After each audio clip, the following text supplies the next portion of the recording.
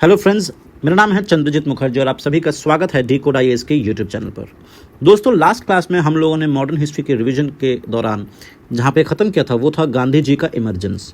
अब हम इस वीडियो में गांधी जी की इमरजेंस को पूरी तरह से इस फ्लो चार्ट में समझने की कोशिश करेंगे ताकि ये इसकी पूरी की पूरी जो टॉपिक है ये हमारे जहन में बैठ जाए, ताकि इससे रिलेटेड कोई भी क्वेश्चन प्रीलिम्स में हो, मेंस में पूछा जाए तो हम उसका जवाब जो है लिख सके। देखिए दोस्तों, गांधी जी का जो जन्म है वो 2 अक्टूबर 1869 में पोरबंदर नामक जगह जो कि काठियावाड़ डिस्ट्रिक्ट में गुजरात राज्य में है। ये काफ़ी रईस परिवार से थे और इनके जो पिताजी थे वो भी दीवान जी थे, यानी कि उस समय के मिनिस्टर का पोस्ट था। और अपनी शुरुआती पढ़ाई के बाद ये लंदन चले गए। लॉ की पढ़ाई उन्होंने वहीं पे करी। लॉ की पढ़ाई करने के बाद जब वो देश वापस आए तो 1893 में इनके एक क्लाइंट जिनका नाम था दादा अब्दुल्ला, उनके केस से एक रिलेटेड उनको एक ट्रिप करनी पड़ी साउथ अफ्रीका में। जब वो अपने क्लाइंट दादा अब्दुल्ला के केस से रिलेटेड एक इशू में साउथ अफ्रीका पहुंचे 1893 में, तो दोस्तों 1893 में जाके उन्होंने एक चीज़ नोटिस करी और वो है भारतीयों की स्थिति साउथ अफ्रीका में। जब वो लॉ पढ़ रहे थे दोस्तों, तो इंग्लैंड में जब वो लॉ पढ़ रहे थे तो उन्होंने बहुत सारी चीज़ें सुनी थी। कॉन्सेप्ट्स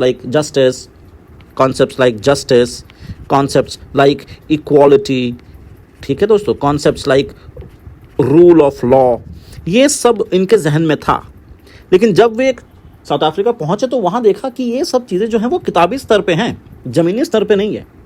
तो हम गांधी जी के जो साउथ अफ्रीका वाला फेज़ है उस पे नज़र डालते हैं। और यहाँ पे हम अब देख पा रहे होंगे कि मैंने यहाँ पे दो फेजेस में डिवाइड कर रखा है। एक साउथ अफ्रीका वाला फेज़ जो कि 1893 से लेकर 1914 तक था, और दूसरा जो भारत में आने के बाद जो उनका फेज़ शुरू हुआ है वो है 1915 से लेकर के 1948 तक। अब दोस्तों, जब वो साउथ अफ्रीका पहुंचे तो वहाँ भारतीयों की स्थिति कुछ ऐसी थी कि उनको 3 कैटेगरी में डिवाइड कर दिया गया था। यानी कि दोस्तों, इंडेंचर्ड लेबर्स जो हैं, यानी कि बॉन्डेड लेबर्स, जिनको साउथ अफ्रीका में लाया गया था फ्रॉम इंडिया, एक तो ये कैटेगरी थी। दूसरी कैटेगरी थी जो लोग मुस्लिम मर्चेंट्स हुआ करते थे, इंडियंस जो साउथ अफ्रीका में थे।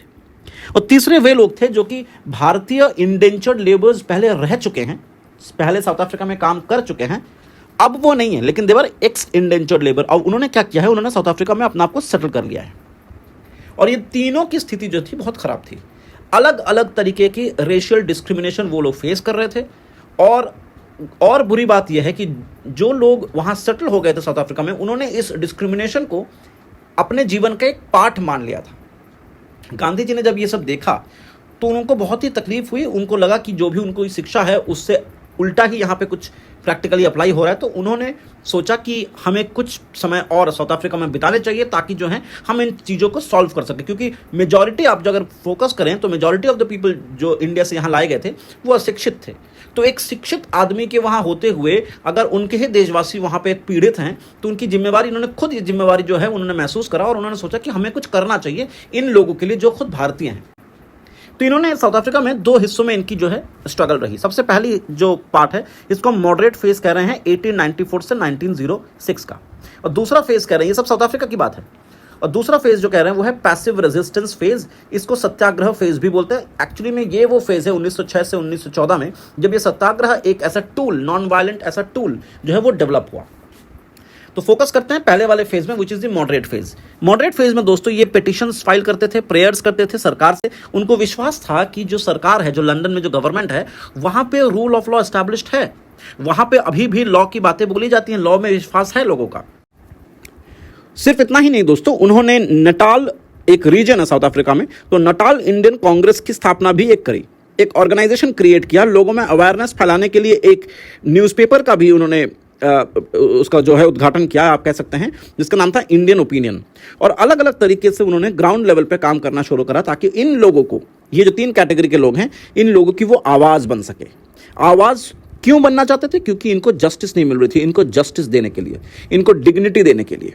और इनका विश्वास था कि सरकार जो है, जो लंदन में बैठी है सरकार, वो देगी, क्योंकि वो बिलीव करते थे कि वहीं से वो पढ़ के आए थे। They believed in rule of law, and Gandhi ji thought कि वो उसी प्रिंसिपल को यहाँ अप्लाई करेंगे। जब इन प्रेयर्स और पिटिशन से कुछ हासिल नहीं हो पाया और उनको, उनकी विश्वास जो है वो इन सब चीज़ों से उठने लगी, उसी दरमियान अंग्रेजी हुकूमत ने कुछ अलग अलग तरीके के लॉज और पॉलिसीज़ जो है वो इंप्लीमेंट करी। और ये सारी की सारी पॉलिसीज़ जो हैं वो डिस्क्रिमिनेटरी थी इन नेचर। इसका मतलब ये है कि वो सारी की सारी जो है वो सिर्फ भारतीयों के लिए अप्लाई किया जा रहा था।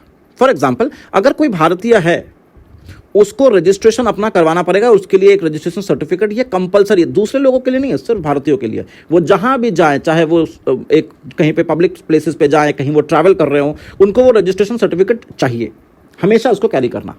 तो ये जो चीज़ थी ये दूसरे लोगों के लिए नहीं थी, और ये बहुत ही डिमीनिंग था। अपनी आइडेंटिटी को प्रूव करना पड़ रहा था हर बार, जिसके खिलाफ गांधी जी ने काफ़ी सारा जो है पैसिव रेजिस्टेंस या सत्याग्रह किया।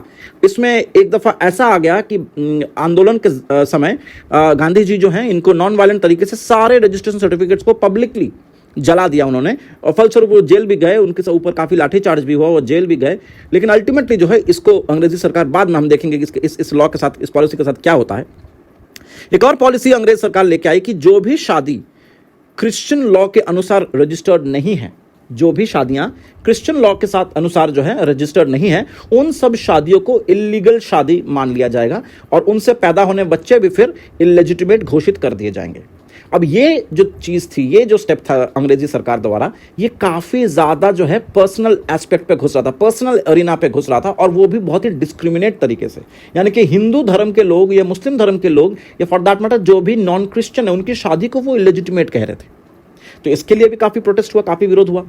इसके अलावा पोल टैक्स, बेचारे जितने दुखियारे लोग थे, जितने गरीब लोग थे, जो बॉन्डेड लेबर का काम कर रहे थे, उनसे और खास करके भारतीयों से बहुत ज़्यादा टोल टैक्स लिया जाता था, and that too in a discriminatory manner. तो इसके भी खिलाफ जो है गांधी जी बोल पड़े, और ऐसे 2-4 और ऐसे लॉज थे जिनके खिलाफ गांधी जी ने आवाज़ उठाई, और ये आवाज़ इतनी बुलंद होती रही विथ टाइम कि सरकार को ये सारे जो हैं प्रपोजल्स, सारे लॉज सब वापस लेने पड़े। अब इसके बाद एक के बाद एक जो उनको सक्सेस मिलती रही, इससे उनकी एक पॉलिटिकल लीडरशिप की क्वालिटीज में डेवलपमेंट आई। एक और चीज, 1914 में जब ये सब आंदोलन जो है वो सक्सेसफुली कंप्लीट हुआ, तब वे भारत में पहुंचे, और वो था फेज 1915 का। तो चलिए पहले हम इसी फेज को, जो अभी तक हम लोगों ने पढ़ा है गांधी जी इन साउथ अफ्रीका, इसको थोड़ा सा डिटेल में और देख लेते हैं। दोस्तों आप यहाँ पे फोकस करें, ये जो समरी में लिखा गया है कि गांधी जी की एक्टिविज्म इन साउथ अफ्रीका 1893 से लेकर के 1914 तक। जैसे कि आप लोगों ने जाना है ऑलरेडी कि नटाल इंडियन कांग्रेस उन्होंने बनाई, रजिस्ट्रेशन सर्टिफिकेट्स के विरुद्ध उन्होंने सत्याग्रह किया, उन्होंने कैंपेन किया, रिस्ट्रिक्शंस जो भी इंडियन माइग्रेशन पर लगाए जा रहे थे against the poll tax, faith, marriages, इन सब के ऊपर जो है बातचीत हुई, इन सब के ऊपर जो है सत्याग्रह आंदोलन किए गए सक्सेसफुली। गांधी जी को जो सीख मिली, गांधी जी की जो टेकअवेज थी फ्रॉम दीज मूवमेंट्स, वो ये था कि उनकी जो फेथ है वो बढ़ गई in the capacity of the masses. उन्हें लगने लगा कि अगर मासेस, अगर जनता उनके साथ है, तो वो किसी भी तरीके की एस्टैब्लिश्ड सरकार को तोड़ सकती है, हुकूमत को गिरा सकती है। सिर्फ इतना ही नहीं, इन्होंने अपने आप को भी बहुत इवॉल्व किया एज ए लीडर, और पॉलिटिक्स में एक नई टेक्निक का इस्तेमाल, एक नई टेक्निक जो है वो सामने आई, which is non violence and satyagraha. तो आई होप आपको ये गांधी जी की एक्टिविज्म जो है वो साउथ अफ्रीका में जो है जो भी हुआ वो आपको समझ आ गया। अब अगली वीडियो में हम देखेंगे कि उनकी इंडिया में आने के बाद अर्ली एक्टिविज्म क्या क्या रही है।